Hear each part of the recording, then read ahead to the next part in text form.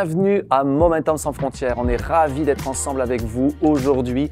On va avoir dans quelques instants un temps de connexion avec notre Seigneur Jésus à travers un moment de louange. Et ensuite, je vais vous partager un message sur comment le Saint-Esprit désire être notre guide. Il a le pouvoir de transformer notre destination en destinée.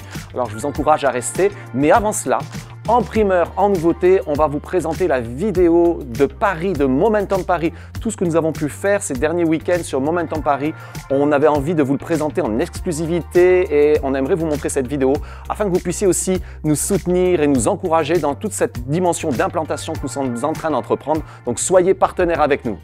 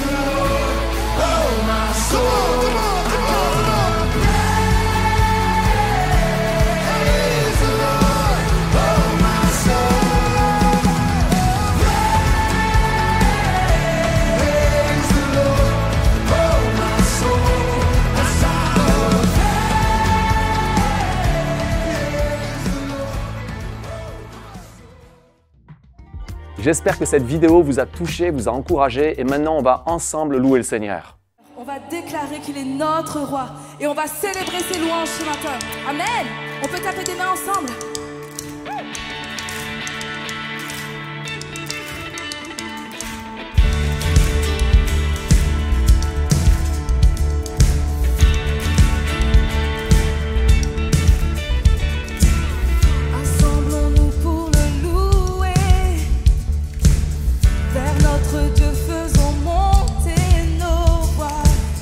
Pour élever sa majesté, il est là.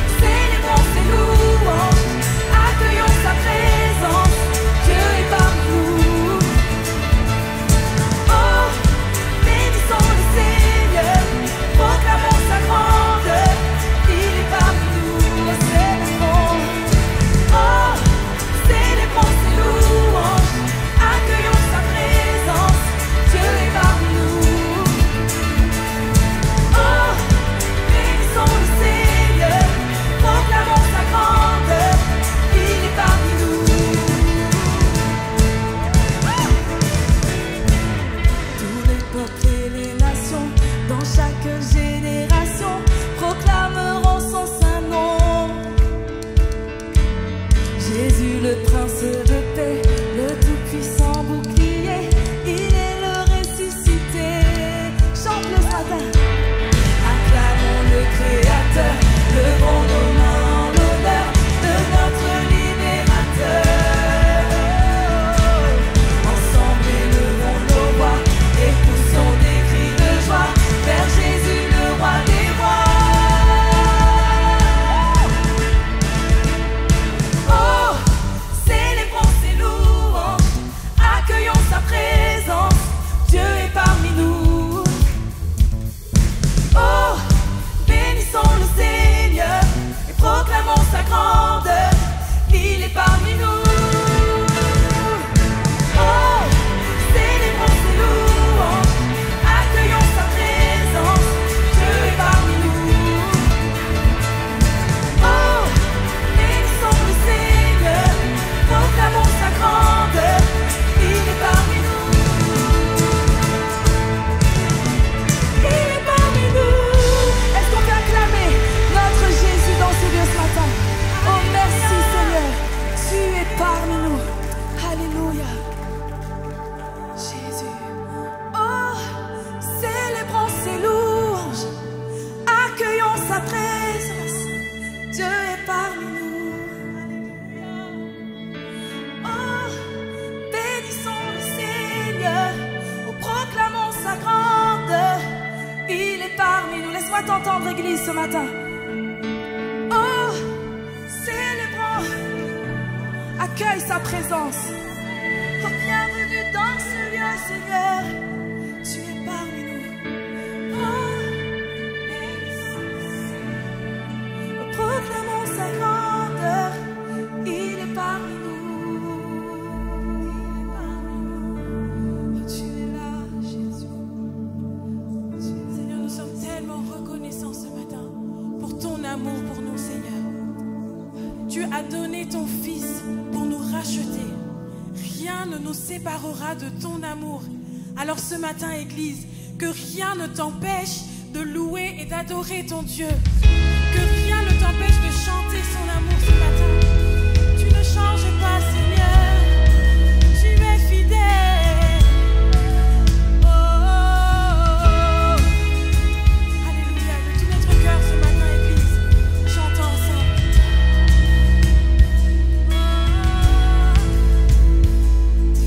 Dieu passionne de tout temps,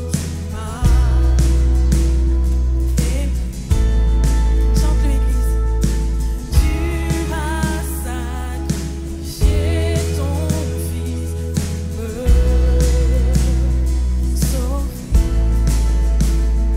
Non, tu ne changes pas. Non, tu ne changes pas. Non, tu ne changes pas. Tu attendais que mon cœur soit tout à tout. Rien n'est plus que les craintes de tes bras. Non, tu ne changes pas. Non, tu ne changes pas. Non, tu ne changes pas. Oh, non, tu ne changes pas. Non, tu ne changes pas. Non, tu ne changes pas. Ton infaillible amour est inébranlable, inébranlable. Ton amour acharné a gagné mon âme, gagné mon âme. Chante ta grâce ce matin. Ta grâce envers moi Elle se renouvelle chaque matin, Église. Alléluia. jamais. C'est ta promesse, Seigneur. Malgré mes échecs et mes désespoirs, tu m'aimes. Non, tu ne changes pas. Non, tu ne changes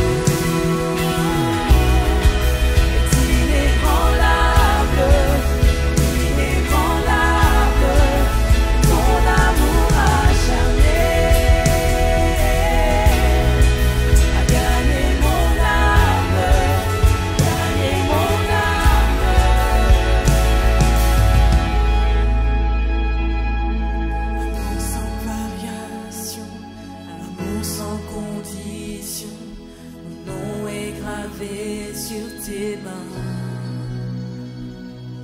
Plus grand que ma vision, plus fort que ma passion, ton amour défie la raison.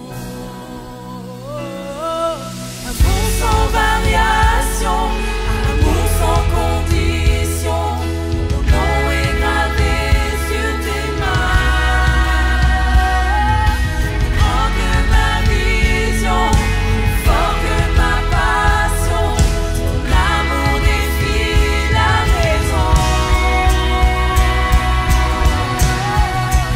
Ton infaillible amour est inébranlable, inébranlable. Ton amour acharné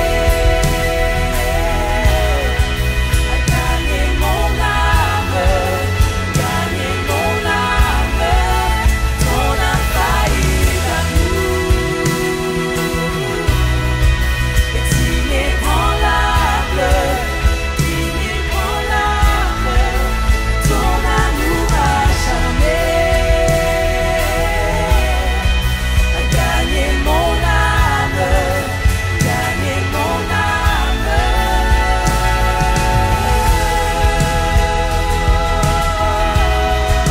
L'Église adore mon Dieu ce matin. Son amour est infaillible pour toi et pour moi. Il a donné son Fils pour nous. Alors de tout mon cœur chante. Ton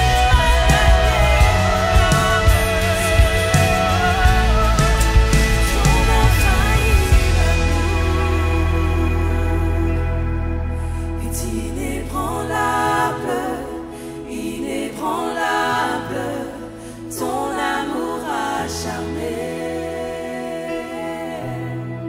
a gagné mon âme, gagné mon âme.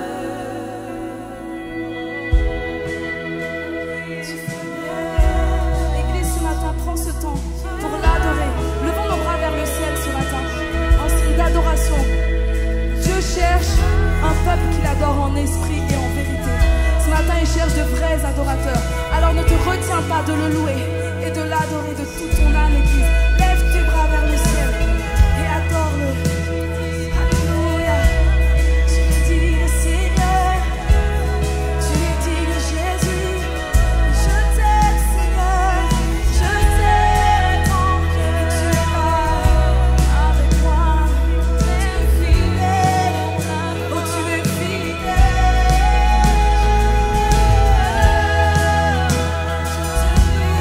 Je t'adore. Tu es merveilleux. Oui, je t'aime tant, Seigneur. Merci, Jésus. Merci, Seigneur.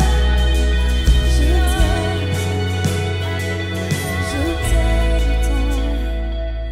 Merci. Vous pouvez prendre place. J'espère que vous allez bien. Sous cette matinée pluvieuse, vous avez affronté le froid, la grisaille, ça y est, l'été est fini depuis bien longtemps. Mais on est quand même heureux de se retrouver et j'aimerais qu'on puisse aussi saluer tous ceux qui nous suivent en ligne. Et est-ce qu'il y a des personnes qui sont là pour la première fois ce matin ? Quelques-uns n'osaient pas. Voilà, très bien, ravi de vous avoir. D'autres là qui sont là, soyez les bienvenus ce matin. Dans cette matinée où on est dans la thématique déblocage, thématique avec un petit code de jeu vidéo. Et je voulais partager la semaine dernière, je suis un vieux geek. C'est-à-dire que j'ai passé mon adolescence, ma jeunesse derrière les écrans, devant les jeux vidéo. J'en ai programmé pour certains et tout le reste. Et j'avais envie de vous parler d'un jeune geek ce matin en démarrant. Sauf si vous consultez pas les réseaux sociaux, mais vous avez certainement dû entendre parler cette semaine ou ces derniers jours d'un jeune homme qui s'appelle Inoxtag. Il y en a quelques-uns qui connaissent. Ouais, je vois que les plus jeunes connaissent. Vendredi, quand j'en parlais, tous les jeunes disaient « Ouais, on connaît, c'est bien que t'en aies parlé, nos parents, ils suivent jamais ça. » Et Inoxtag, si tu peux mettre la photo, s'il te plaît, c'est un jeune homme qui a fait sa réputation, en tout cas, qui est devenu un YouTuber à cause de certains jeux vidéo, Fortnite, Minecraft et tout ça. Et il a lancé un défi l'année dernière où il a dit « Dans un an, je monte sur l'Everest. » Et tout le monde l'a pris un petit peu à la rigolade en disant « Oui, bien sûr, vas-y, tu vas devoir sortir ton écran, on va voir comment ça va se passer quand tu vas affronter le vrai monde. » Et effectivement, le vrai monde, parfois, est un peu compliqué. Et ce qui est intéressant, c'est qu'il a sorti un film, juste une soirée dans les cinémas, et ça a fait plus de 300 000 vues en France. Juste en France. Ailleurs, il y a des dizaines de milliers de vues en plus, mais juste une soirée. Et le lendemain, il a sorti le même film sur YouTube. Et sur YouTube, on en est déjà presque à 30 millions de vues. Un film assez conséquent, de plus de 2 heures. J'en suis pas encore arrivé à la fin. Et c'est assez intéressant, vraiment très intéressant. Et ce que je trouvais très intéressant un petit peu dans cette histoire-là, c'est l'homme qui l'a accompagné. Et l'homme qui l'a accompagné, c'est un guide de haute montagne qui s'appelle Mathis Dumas. Et il explique qu'il n'était pas vraiment fan de l'idée au tout début. Il pensait que c'était un jeune homme qui voulait juste monter sur l'Everest sans plus. Et il disait, ben ça, il y a des agences qui sont spécialisées là-dessus. Tu payes tel prix, puis ils t'y amènent et tu vis ton expérience. Et il a questionné en lui disant, mais écoute, qu'est-ce que tu veux faire vraiment? Est-ce que tu veux juste monter sur l'Everest ou est-ce que tu veux parcourir la montagne afin d'y monter? Est-ce que tu veux connaître le monde de la montagne? Ils ont eu de bonnes discussions et ce qu'il expliquait, c'est que lui avait compris qu'il venait de l'univers du jeu et qu'il avait besoin dans sa vie de faire ce qu'on appelle des déblocages. Bon, ça m'a vraiment inspiré pour la prédication. Et de passer d'une étape à une autre. Alors ils ont commencé par tout ce qui concernait les b.a.-ba de la montagne et ensuite ils sont allés au Mont Blanc. Puis après il lui dit, est-ce que tu es prêt à partir dans une autre montagne beaucoup plus haute? Ils sont allés faire une montagne à plus de 7000 mètres. Puis après il lui a dit, est-ce que tu es prêt à couper tes réseaux sociaux? Puis il a coupé ses réseaux sociaux, chose que pour un YouTuber, c'est quasiment inimaginable. Tout ça pour vous dire que finalement, regardez la vidéo, vous allez voir le résultat final, je ne vais pas vous spoiler l'histoire, mais ce qui est intéressant, c'est qu'il a eu un guide. Il a eu quelqu'un qui l'a aidé à franchir les obstacles qu'il ne pouvait franchir tout seul. Et le titre de mon message ce matin, c'est justement d'être marché sous la direction d'un guide qui va nous aider à franchir les obstacles que l'on ne peut pas franchir tout seul. Et mon titre, c'est marcher sous la direction de l'esprit. Moi, je crois qu'il y a des montagnes qui se dressent devant nous, au sens vrai, au sens figuré, des montagnes qui se dressent comme ça et tu n'arrives pas à les franchir. Et tout seul, malgré tout ce que tu as reçu, parfois tu n'es pas équipé pour. Mais le Saint-Esprit veut nous équiper, le Saint-Esprit veut nous parler, le Saint-Esprit veut nous diriger afin de franchir ce qui bloque notre vie. Et la pensée derrière, c'est comment passer de la destination, ce que je dois atteindre, à entrer dans ma destinée, de la destination à la destinée. Vous le savez, pour la plupart des gens, la destination, c'est le plus important. Et vous avez certainement déjà entendu, c'est pour ça qu'on prend l'avion, qu'on veut vite arriver à bon port, mais vous avez déjà certainement entendu ce type de citation, c'est pas la destination qui est importante, mais c'est le voyage, de parcourir un petit peu tout le périple, et parce qu'en fait c'est sur le chemin qu'on va être forgé. Mais moi ce qui m'intéresse, c'est pas de parler de ça ce matin. C'est de parler de ce que Dieu a préparé sur ce chemin, de ce que le Saint-Esprit a prévu sur ce chemin.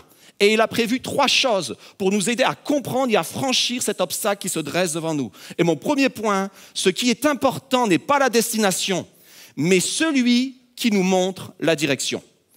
Souvent, on juge le chemin à la destination.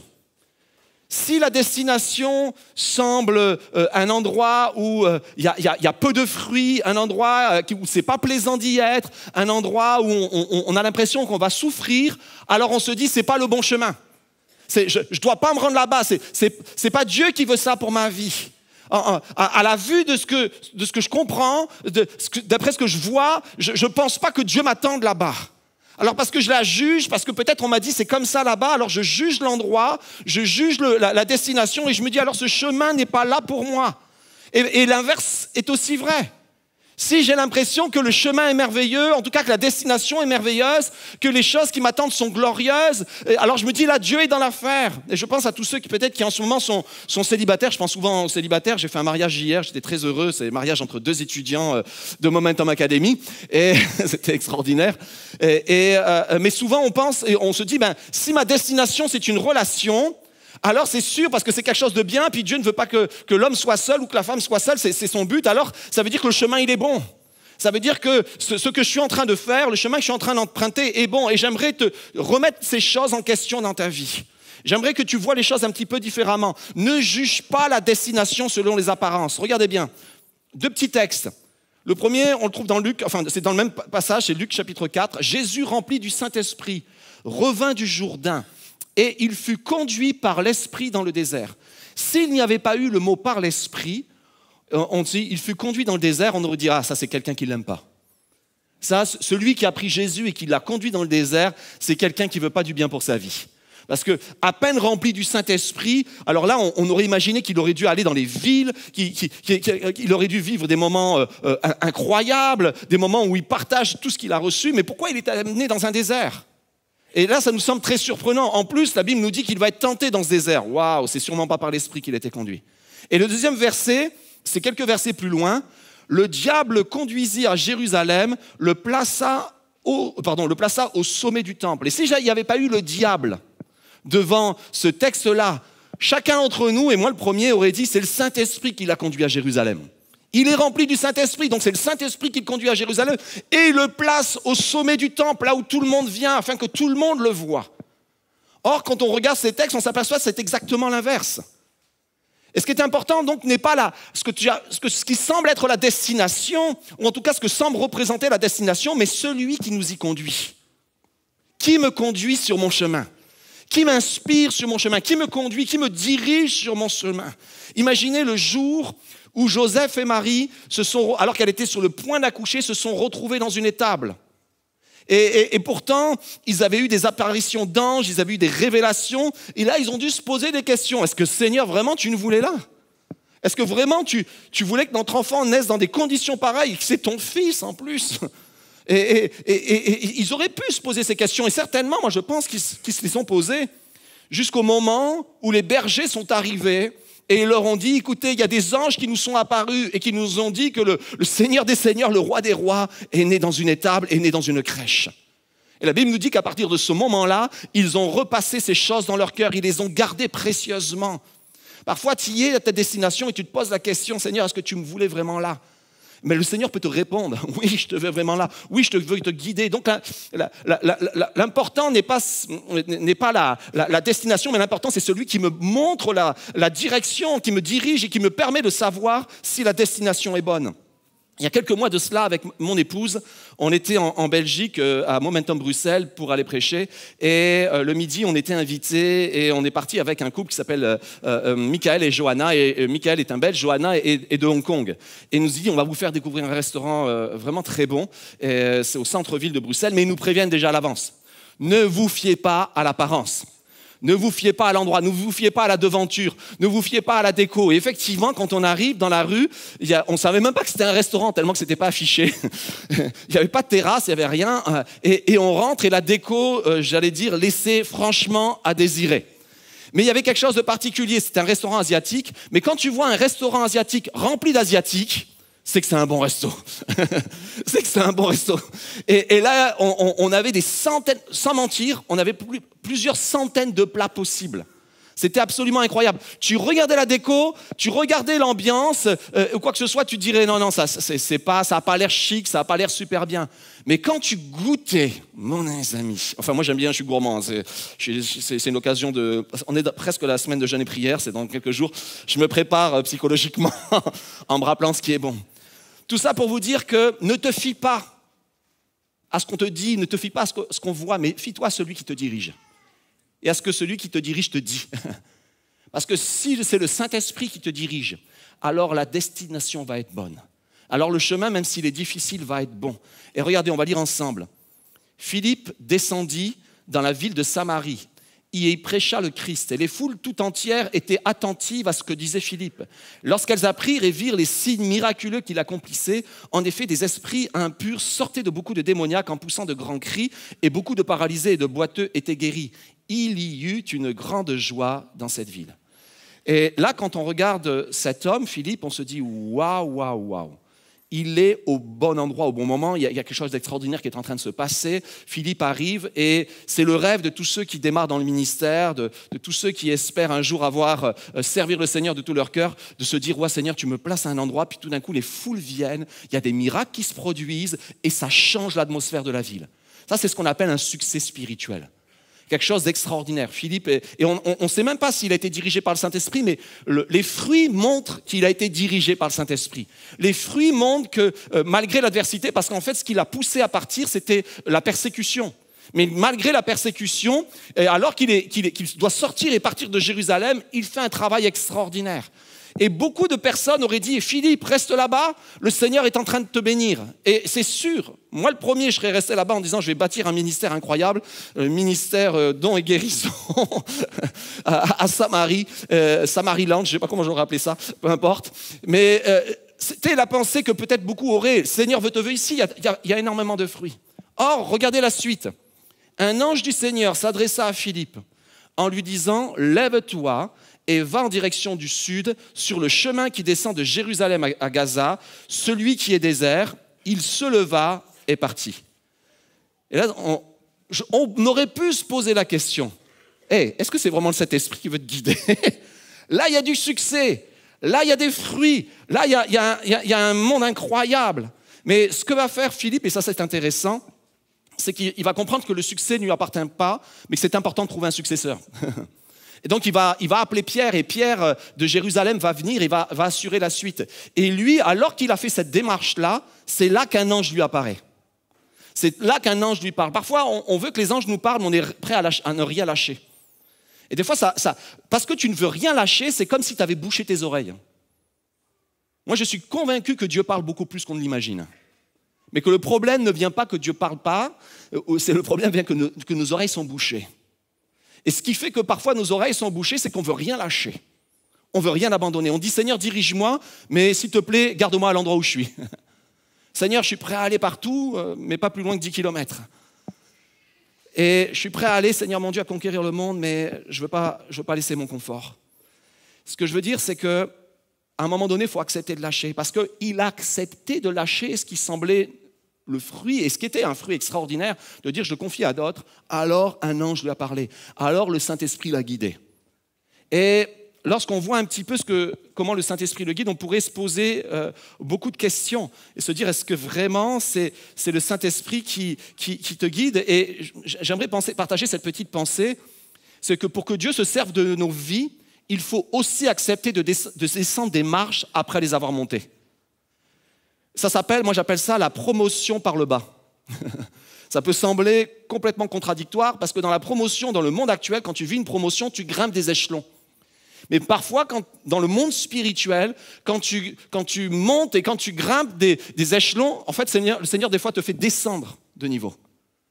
Il te fait descendre de niveau. Vous en connaissez, il y en a plein, et je ne vais pas spoiler mon message de la semaine prochaine pour le jeûne et prière, mais j'en dis un petit morceau. Par exemple, Joseph. Joseph, à qui Dieu a parlé, il lui a donné des rêves, il a dit un jour tu gouverneras sur tes frères, un jour tu t'occuperas de ta famille, un jour tu vas faire des choses extraordinaires. Et il a hâte de ce jour-là, mais il descend de futur héritier de la famille à esclave en Égypte, puis après d'esclave à prisonnier. Waouh! Aux yeux humains, ça ne semble pas une promotion. Mais quand tu es guidé par le Saint-Esprit, quand bien même aux yeux des hommes, tu sembles être dégradé, aux yeux de Dieu, tu es en train de monter. Aux yeux de Dieu, tu es en train de monter. Philippe semble être dégradé. Il doit laisser les foules pour se retrouver dans un endroit où... Et d'ailleurs, le Saint-Esprit lui précise, c'est désert. C'est un chemin qui est désert. Tu ne vas pas rencontrer grand monde. Mais sur le chemin, et je veux t'encourager, sur le chemin de nos vies, quand Dieu te dirige, il y a toujours un rendez-vous divin. Il y a toujours un rendez-vous divin. Et regardez bien ça. Et c'est mon deuxième point. Ce qui est important n'est pas la destination, mais celui avec qui je chemine. Or, un eunuque éthiopien, haut fonctionnaire de Candace, la reine d'Éthiopie et administrateur de tous ses trésors, était venu à Jérusalem pour adorer. Il repartait assis sur son char et lisait le prophète Ésaïe. L'Esprit dit à Philippe, « Avance et approche-toi de ce char. » Et Philippe accourut et entendit l'Éthiopien lire le texte d'Ésaïe. Il lui dit, lire le prophète Ésaïe. Il lui dit, « Comprends-tu ce que tu lis ?» L'homme répondit, « Comment le pourrais-je si personne ne me l'explique ?» Et il invita Philippe à monter et à s'asseoir avec lui. Quand on laisse le Saint-Esprit nous conduire, il y a de fortes chances que tu sois au bon endroit, au bon moment. Il y a... vendredi soir, j'ai vécu un grand moment de solitude. Ça vous est déjà arrivé, des grands moments de solitude? Je vous expliquais. Vous savez, on rentre et on se cale sur le moment où on est censé rentrer. On se cale avec le musicien sur... Les musiciens jouent, ils jouent le dernier accord et moi, je suis censé rentrer. Sauf que j'ai mal compris le dernier accord et je suis rentré, c'était pas fini. Et là, j'étais là vendredi soir, un peu seul, on a bien rigolé, tout le monde était mort de rire, et se retrouver seul. T'es au bon endroit, mais t'es pas au bon moment. C'est important en fait d'être au bon endroit et au bon moment. Et je crois que le Saint-Esprit nous conduit au bon endroit et au bon moment. Il place des opportunités. Toi, peut-être, des fois, on ne le sait pas, mais quand on marche et qu'on veut faire la volonté de Dieu, Dieu nous place au bon endroit et au bon moment. Et cette année, avec mes parents, on a vécu quelque chose d'assez particulier. On avait prévu un voyage pour mes parents, ils sont assez âgés. C'est le voyage, un peu le dernier voyage, parce que pour se déplacer, c'est devenu compliqué, où ils sont allés dans la famille près de Montargis, et on l'a prévu plusieurs mois à l'avance. Ma sœur les accompagnait, puis nous, on montait et on les accompagnait pour le départ. Et dans ce moment-là, qui était prévu de longue date, il s'est trouvé que dans la semaine, 2-3 jours avant qu'ils montent, j'ai un de mes oncles qui habite là-bas qui est décédé. Et aux yeux humains, on se dit « Ah, c'est là de moments particuliers, de moments où vous montez et tout ça, ça va pas être terrible. » Et en fait, c'est pas du tout ce qui s'est passé. Quand mes parents sont montés et ils logeaient justement chez ma tante, là où était mon oncle qui est décédé, ils ont été une puissante source de consolation. Même mon père a pu faire l'enterrement, a pu présider à la cérémonie. C'était quelque chose de magnifique. Et lorsqu'ils étaient là-bas, il y a une cousine qui est décédée. Et là, à nouveau, toute la famille s'est réunie et ils ont pu être là tous ensemble et pleurer ensemble. Et parfois, les bons moments au bon endroit, nous, on croit que c'est des moments de joie, des moments de bénédiction extraordinaires. Mais j'aimerais avoir cette pensée pour plusieurs d'entre vous, que le Seigneur aussi nous dit que des fois, il vaut mieux être dans une maison de deuil que dans une maison de joie ou dans une maison de festin. Et que d'être dans une maison de deuil, c'est aussi le Saint-Esprit qui nous conduit.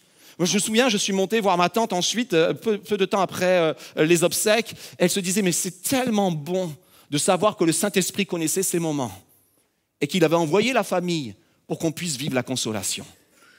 Et des fois, d'être là, c'est pas juste comme je vous l'ai dit, pour les moments de joie, les moments de grâce, c'est aussi les moments où tu soutiens ton frère, ta sœur. D'être là où, à un moment donné, le genou a fléchi, à un moment donné, la chute a été là, mais tu es là et tu le soutiens au bon moment. Je me souviens d'un épisode particulier, je vous raconte ma vie là. Il y a quelques années, il y avait un arrêt de bus devant chez moi alors que j'habitais à Saint-Laurent-du-Var. Il y avait un arrêt de bus, c'était assez penché et je revenais d'être allé amener mes enfants à l'école. Et alors que je m'arrête, il y avait une femme qui était tombée, une femme âgée qui était tombée. Donc je m'arrête à ses côtés, je parle à ses côtés, le temps que les pompiers arrivent, on appelle les pompiers. Et je vois sur son collier ce qu'on appelle une croix huguenote. Et je fais partie d'une vieille famille huguenote, donc on porte ces croix, il se trouve que je ne la porte pas, mais mes enfants la portent. Et cette croix est un peu particulière et on reconnaît les vieilles familles protestantes en fait. Et là, je lui dis, mais vous êtes protestante? Elle me dit, oui, je suis protestante. Je dis, mais c'est quand même incroyable. Je dis, moi, je suis pasteur. Et je suis là pour vous tenir la main alors que vous avez chuté. Et peu de temps après, elle m'écrit, cette dame, je ne sais pas comment elle trouve mon adresse, elle m'écrit et elle me dit, écoutez, c'est comme si le jour où vous avez été là, c'est comme si le Seigneur me rattrapait. Elle me dit, ça faisait extrêmement longtemps que je n'avais pas ouvert ma Bible.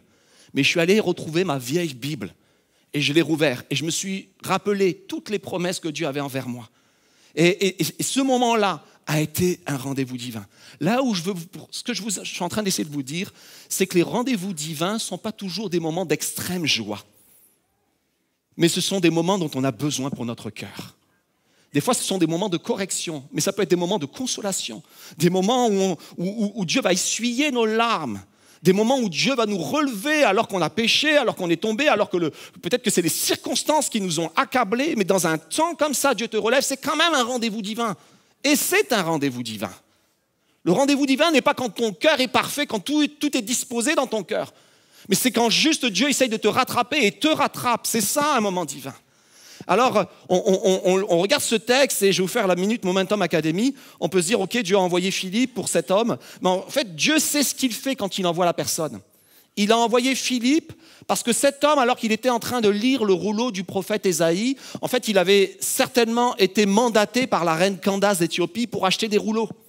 Parce que les rouleaux coûtaient une fortune et seuls les gens se réunissaient des fois à plusieurs dizaines ou centaines pour se cotiser pour acheter un rouleau dans les synagogues. Et lui vient d'un pays étranger, on sait que son pays est sensible à Dieu, qui suit Dieu depuis le roi Salomon. Il y a quelque chose qui s'est passé dans ce pays-là et lui vient acheter les rouleaux. Mais lui ne sait pas lire l'hébreu. Et les rouleaux qu'il achète, et c'est le Nouveau Testament qui nous l'apprend en lisant, c'est des rouleaux en grec. C'est une version spéciale, ce qu'on appelle la Septante.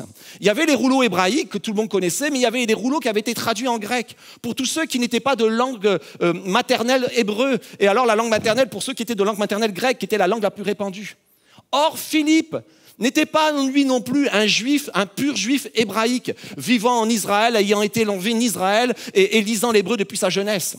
Philippe était un juif d'origine grecque, il habitait dans les villes grecques. Et dans sa jeunesse, ce qu'il avait lu, ce qu'il avait entendu, c'était les rouleaux en grec. Et là, à ce moment-là, c'est les bonnes personnes qui se croisent. Nous, on lit ça comme ça, on lit, ok, super, Philippe, ça aurait pu être Pierre, ça aurait pu être Jean, non, ça aurait pas pu être Pierre. Vous ne connaissez pas le grec.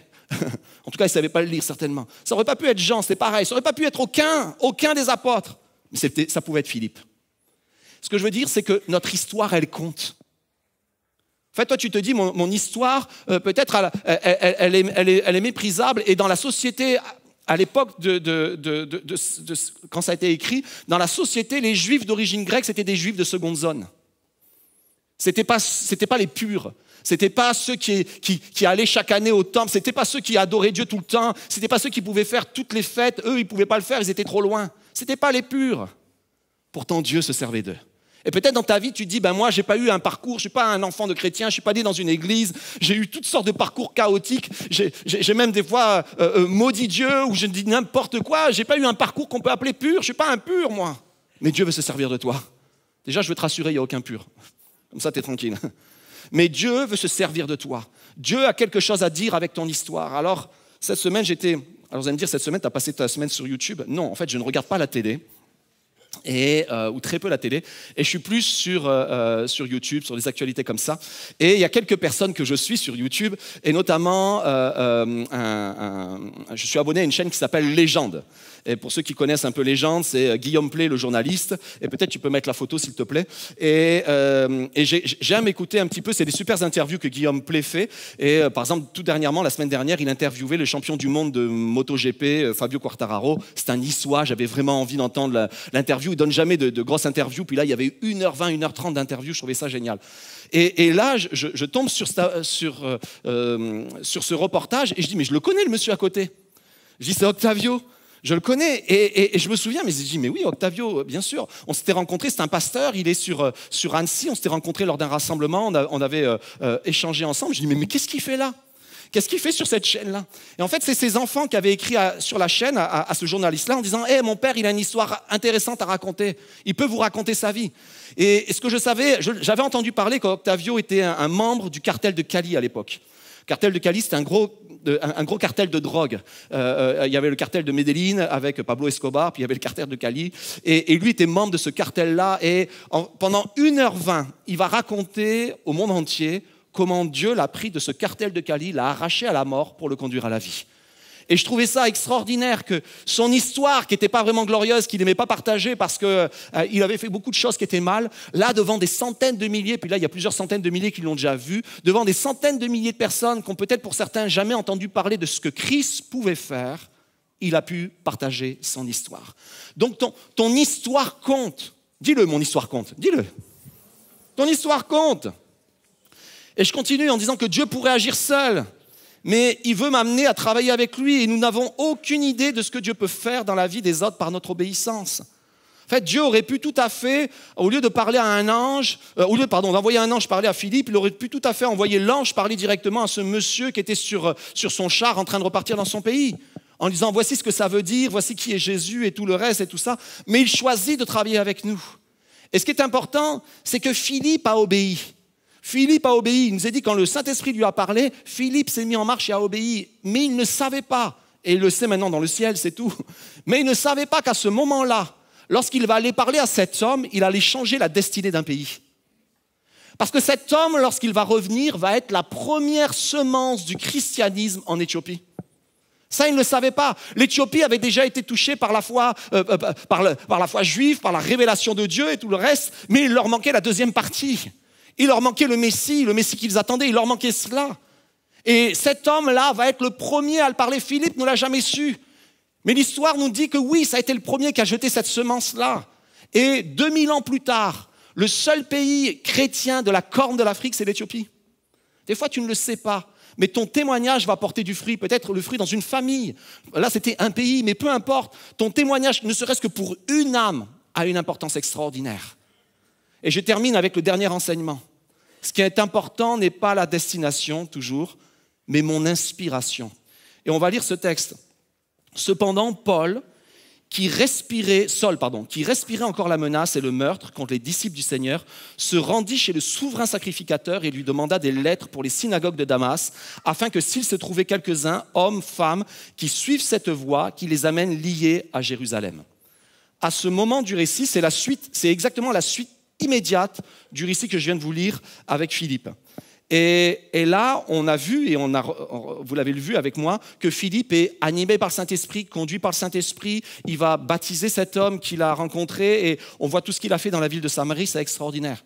Et en même temps, en parallèle, il y a un autre homme, Saul, qui va devenir l'apôtre Paul plus tard, qui lui, au lieu d'être inspiré par le Saint-Esprit, il respire la menace et le meurtre. Pourtant, quand tu regardes, et aux yeux de tous, quand tu regardes la vie de Saul, tu peux dire, oh, lui, c'est impur, c'est imparfait, lui. Il est pharisien, fils de pharisien, élevé au pied de Gamaliel. C'est un homme zélé pour la foi, c'est un homme religieux. Toute la société de son époque, en dehors des chrétiens, se disait, waouh, ça serait le gendre idéal. Quel homme extraordinaire. Mais Dieu savait ce qui animait, ce qui faisait respirer sa vie. Et parfois, au-delà des apparences et au-delà de ce que la société dit, et peut-être des fois tu veux te rassurer avec ce que la société dit en disant « oui, mais la société dit que ce que je suis en train de faire, c'est bien ». Oui, mais c'est quoi que tu respires au fond de toi? Peut-être que les autres disent « c'est bien », peut-être certains amis qui sont chrétiens te disent « c'est bien ». Mais toi, tu sais ce qui est la source de ta respiration en ce moment. Et vraiment, je ressentais dans mon cœur fortement que le Saint-Esprit voulait interpeller plusieurs aujourd'hui. En disant, peut-être tu viens à l'église, tu es en train de faire une démarche pour t'approcher de Dieu, mais ce que tu respires en ce moment, c'est pas bon. L'air que tu respires en ce moment, c'est vicié, c'est pollué. C'est pas ce que je veux te donner. Et Saul, respirait cela. Et en même temps, en parallèle, il y avait un autre disciple qui lui était à Damas. Lui savait que Saul était en train d'arriver et Saul va faire une rencontre. Je vous fais l'histoire courte et on va commencer à appeler les musiciens s'il vous plaît. Je vous fais l'histoire courte, mais il va faire une rencontre. Dieu va l'arrêter sur le chemin. Et moi je crois que ce matin, en vous partageant ça, je suis en train de vous dire que Dieu est en train d'arrêter plusieurs sur le chemin là, en ce moment. Tu vas dans un chemin qui semble être bon aux yeux des autres, mais ce qui est en toi, ce qui t'anime, c'est pas bon. Ce que tu respires, c'est pas bon. Et Dieu veut t'arrêter. Peut-être la destination est bonne, mais ce qui t'anime n'est pas bon. Donc le résultat sera catastrophique. Et Dieu veut t'arrêter. Et en même temps, dans le même moment, en parallèle, il y a Ananias. Et Ananias, lui, c'est un disciple de Jésus à Damas. Et lui vit, alors qu'il est animé par le Saint-Esprit, il vit la peur. Ce qu'il respire, c'est quand même la peur. Ce qui respire, c'est se dire qu'est-ce qui va nous arriver. Ce qui respire peut-être même, il y a peut-être des éléments de colère en disant Seigneur, jusqu'à quand? Jusqu'à quand cet homme va faire du mal à l'église, à ton église? Jusqu'à quand il va y avoir du mal autour de moi? Jusqu'à quand? Et il y a ça, et il faut qu'il y ait un ange qui vienne l'interpeller. Et je lis ce texte. Mais le Seigneur lui dit va. Car cet homme, il parle de Saul, est pour moi un instrument de choix afin de porter mon nom devant les nations et les rois et devant les fils d'Israël. Je lui montrai combien il faudra qu'il souffre pour mon nom. Ananias partit, et quand il fut arrivé de la maison, il imposa les mains à Saul et lui dit « Saul, mon frère, le Seigneur qui t'a apparu sur le chemin par lequel tu venais m'a envoyé pour que tu recouvres la vue et que tu sois rempli d'Esprit Saint. » Au même instant, il tomba de ses yeux comme des écailles, il recouvra la vue, il se leva et fut baptisé. Lorsque Dieu t'arrête, ce n'est pas pour te condamner. Lorsque Dieu t'arrête et lorsque Dieu nous arrête sur des chemins qui sont parfois de la folie parce que la motivation n'est pas bonne, notre respiration n'est pas bonne, c'est pour changer notre inspiration. Paul a reçu le Saint-Esprit ce jour-là. C'est le même mot, hein? C'est le mot pneuma dans le respirer et c'est le mot pneuma pour le Saint-Esprit. Ça peut être ça peut ressembler à la même animation, mais ce n'est pas la même chose. Il y en a un qui te mène à la mort, il y en a un qui te mène à la vie. Et Dieu sur le chemin veut interpeller plusieurs pour te dire maintenant c'est un jour de rencontre avec moi. C'est un jour où peut-être aux yeux des autres ton chemin semblait bon, mais ce qui t'animait et tu le sais au fond de toi-même, c'était pas bon. quelque chose a besoin d'être changé. Et le Seigneur veut le changer. Il veut le changer. Alors, on va prendre un temps de prière dans quelques instants, mais j'aimerais m'adresser à 3 groupes de personnes. J'aimerais m'adresser tout d'abord à ceux qui sont sur le chemin de leur vie et qui cherchent, qui cheminent dans la vérité, mais qui ont besoin d'avancer, qui se heurtent parfois à de l'incompréhension par rapport peut-être à la foi chrétienne, à de l'incompréhension peut-être par rapport à leur vie, et qui ont besoin d'être accompagnés. Et le Seigneur te dit, je vais te faire cheminer. Je vais amener quelqu'un sur ton chemin. Je vais amener quelqu'un qui va cheminer avec toi sur ton chemin. J'aimerais parler aussi à tous ceux qui se disent, mais Seigneur, est-ce que tu peux te servir de moi malgré mon histoire? Et j'aimerais t'encourager. Celui qui est venu te rencontrer dans ton histoire est capable de t'appeler vers des choses extraordinaires aussi. Ces choses extraordinaires, des fois on s'imagine que c'est la foule ou quoi que ce soit, mais pour Dieu, les choses extraordinaires, c'est une âme. Une âme, c'est extraordinaire. Jésus, sur la croix, s'il n'y avait eu que toi, aurait donné sa vie. S'il n'y avait eu que toi, parmi tous les hommes comme pécheurs ou comme pécheresses, il aurait donné sa vie. Une âme est extraordinaire pour Dieu. Et chaque âme est précieuse. Et quand bien même tu dis, mais je ne suis pas équipé, je ne suis pas comme les autres qui connaissent bien la Bible, je ne suis pas comme les autres qui savent bien prier, moi je commence mes pas avec toi, Seigneur, je vais dans un chemin d'obéissance, mais parce que tu obéis, le Seigneur va se servir de toi. Et j'aimerais m'adresser, mais je l'ai dit tout à l'heure, à tous ceux qui sont sur un chemin dont la motivation n'est pas bonne. Le chemin semble être bon, la destination semble être bon, mais ta motivation, elle te ronge. Ta motivation, le soir, elle vient te travailler. Tu en fais des rêves et quand tu te lèves le matin, tu n'es pas bien, il y a quelque chose qui est sur ton cœur. Ça peut être de l'amertume, ça peut être de la colère et tout ça, et ça te ronge. Et Dieu dit, maintenant, ça suffit. Je veux stopper ça et je veux te remplir d'un autre souffle. Alors, on va chanter avec toute l'équipe de louanges. On va reprendre ce chant que tout à l'heure Ben nous a partagé sur « Je veux vivre un renouveau, Seigneur ». Je veux vivre un renouveau, Seigneur. On se lève ensemble ?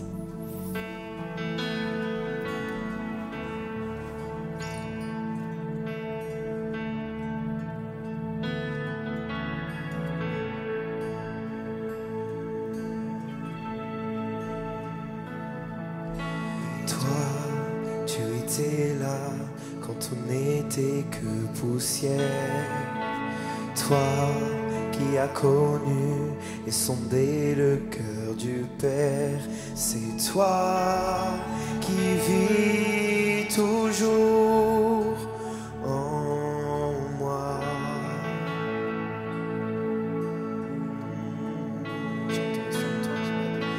Toi qui m'as donné une paix dans le désert, toi qui m'as parlé et qui donne vie sur terre, c'est toi qui vis toujours en moi.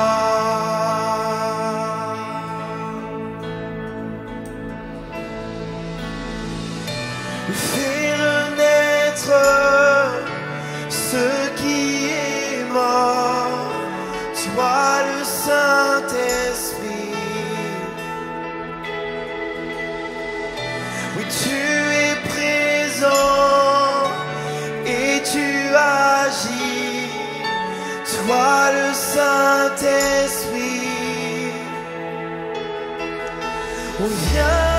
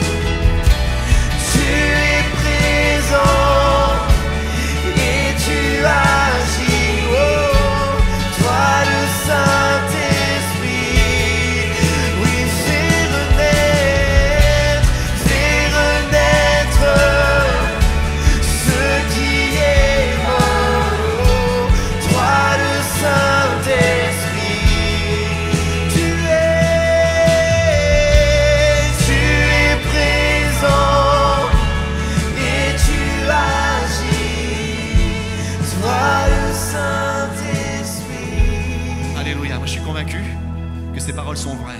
Il est présent en ce moment même.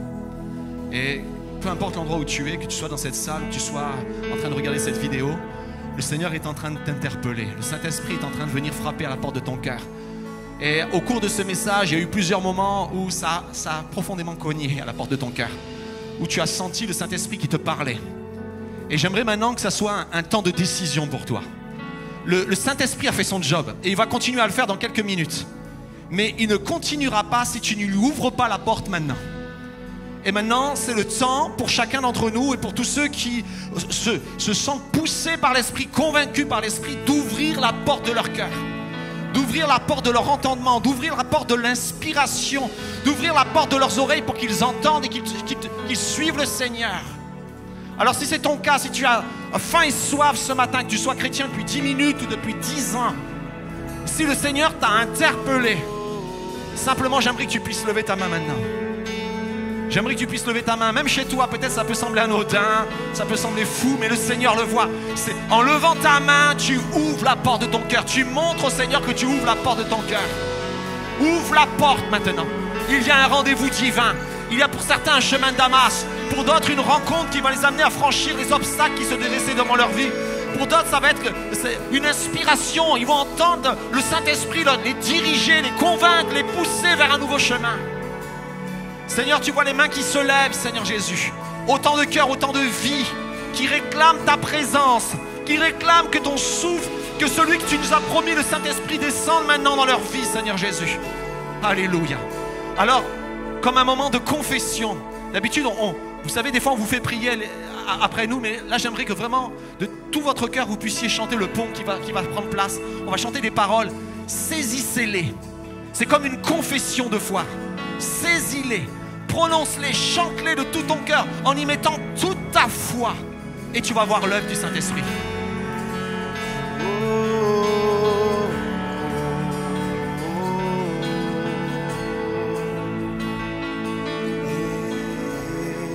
Chantons, tu es le consolateur qui essuie mes larmes encore aujourd'hui. Tu es celui qui transforme l'échec en victoire encore aujourd'hui. Tu rends l'espoir à mon âme, tu ne changes pas encore.